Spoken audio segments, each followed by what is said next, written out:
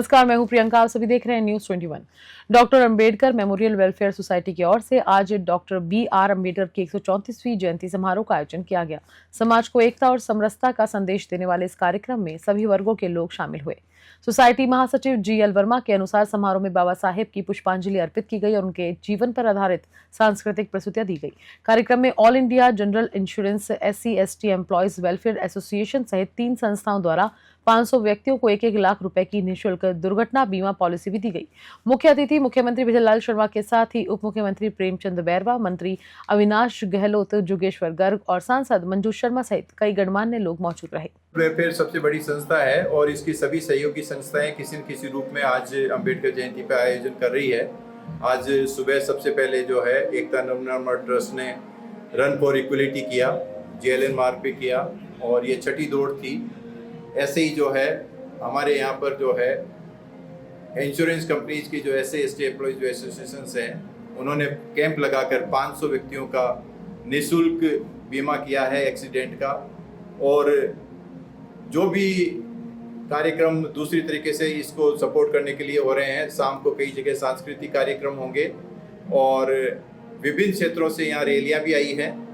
और कुल मिला के ये है कि पूरे जयपुर में जो है आज इतने सारे फंक्शन हो रहे हैं और सबसे बड़ा फंक्शन हमारा जो समाज की तरफ से अनुसूचित जाति की समाज की ओर से है वो हमेशा यहीं आयोजित होता है और ये सफल रहा है।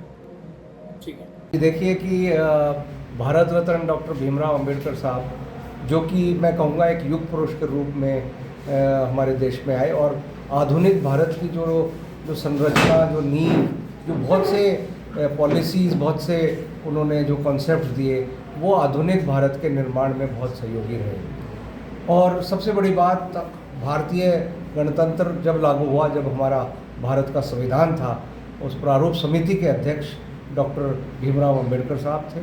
और इस संविधान में जो विशेषता है कि हर एक वोट की, चाहे जो भी अमीर हो, गरीब हो, किसी भी जाति धर्म का हो, उसके वोट की कीमत उतनी है जितनी दूसरे किसी व्यक्ति की है। वंचित वर्गों को और महिलाओं के लिए विशेषकर बहुत उन्होंने कदम उठाए और बहुत सी जो उनको जो पॉलिसीज़ थी, जो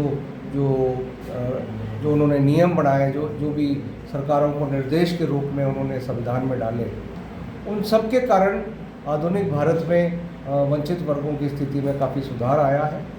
लेकिन आज भी डॉक्टर अंबेडकर साहब प्रासंगिक हैं, क्योंकि आज भी जो खाई है, चाहे आर्थिक रूप की से ले लें या सामाजिक रूप से जो खाई है विभिन्न जातियों में या वर्गों में, तो वो आज भी उसको पाटने की आवश्यकता है। और बाबा साहब के अगर हम विचार पढ़ें, उनके लेखनी पढ़ें, तो मेरे ख्याल से वो केवल एक किसी वर्ग के नहीं हैं, वो इस देश के एक महापुरुष हैं जो संविधान सबके लिए बनाया।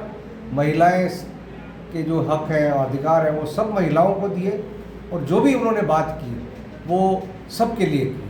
केवल संविधान में कुछ ऐसी उन्होंने योजनाएं डाली हैं, कोई ऐसे प्रावधान डाले हैं जिससे वंचित वर्गों को जिस स्तर पे हैं उनको एक फ़ायदा मिल सके।